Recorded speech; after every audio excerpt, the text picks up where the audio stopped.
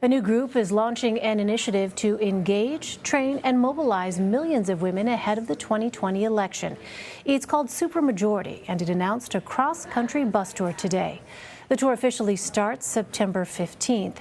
15 states and Washington, D.C. are on the list of planned stops. A record-breaking number of women ran and won their elections during the 2018 midterms. 110 women now hold seats in the U.S. House. The previous record was 84. Cecile Richards and Jess Rocketto are the co-founders of Supermajority, and they join me now on set. Welcome to both of you. Cecile, let me start off with you. Your organization is actually kicking off this tour with Stacey Abrams in Atlanta. Why that location? Why with Stacey Abrams? Well, one of the things that's important, of course, is that women are now the majority of voters in this country, and I think Stacey Abrams, as a candidate and now as a national leader, has really advocated to make sure that every woman gets registered to vote, every person, and that their votes are counted. And so we think it's a great place to start.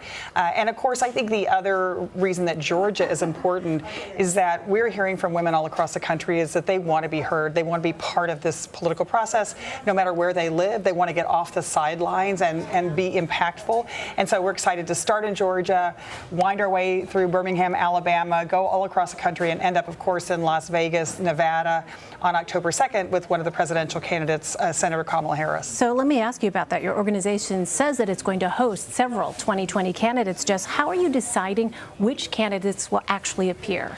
We invited every candidate and are really excited to see that candidates are talking more and more about women and the issues that matter to them, which makes sense because they're a pretty big voting bloc in this country. So, we're really excited that Secretary Castro and Senator Harris, Mayor Buttigieg, and Senator Klobuchar have committed to join us. And we're hoping that there will be even more because women are not to be taken for granted in this election, and they're really excited, and so are we. And will your group actually endorse a candidate, Cecile? Right now, we haven't really contemplated endorsement, but I think what we're focused on is making sure that the issues that women care about, that really, frankly, everyone cares about, economic equity, access to affordable health care, access to affordable child care, and else, are part of the public conversation and the political debate.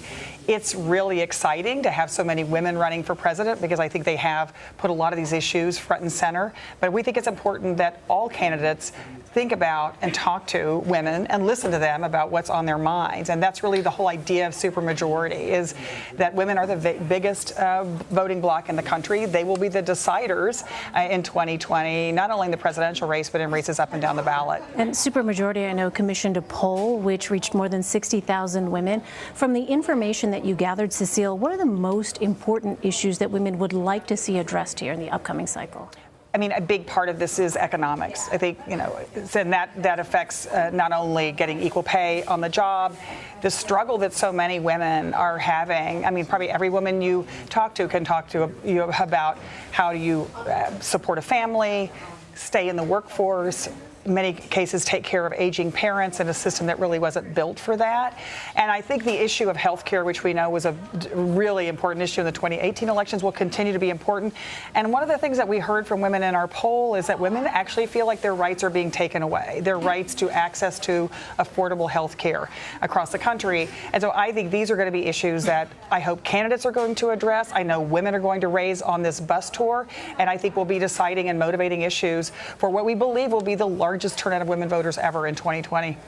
Jess, what are some of the biggest challenges that you have seen when it comes to organizing women politically? We're kind of in the middle of this really exciting organizing renaissance, I would say.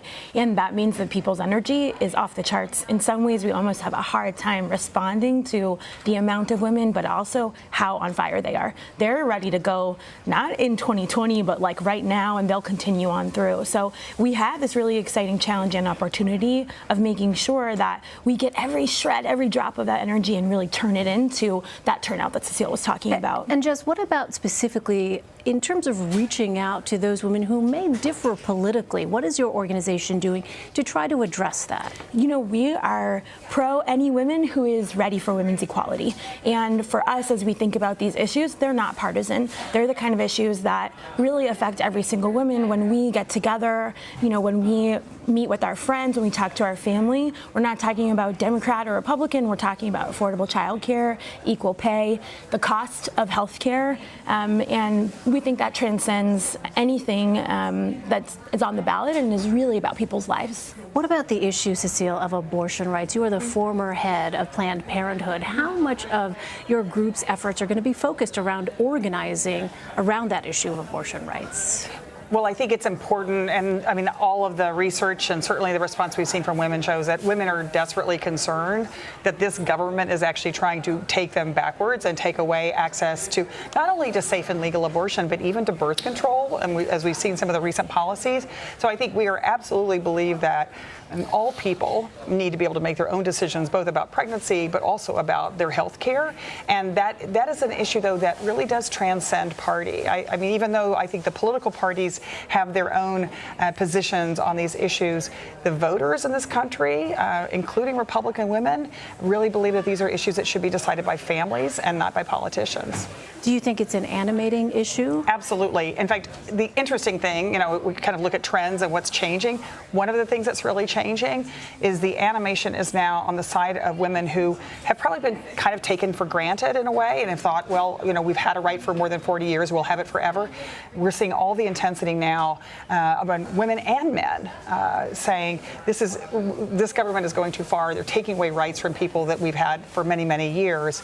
And I think these will be issues that will be motivating to people who believe in access to reproductive health care and affordable health care across the board. In our final 30 seconds, do you think the presidential candidates are talking enough about the issue of abortion rights? I think I think it's important that they've all been forthright on their positions. I think that's really important. I do think it's a defining issue, and it will be for voters, but it's one that, in addition to other health care issues, other economic issues, that Supermajority will be pushing and making sure that folks are on the record.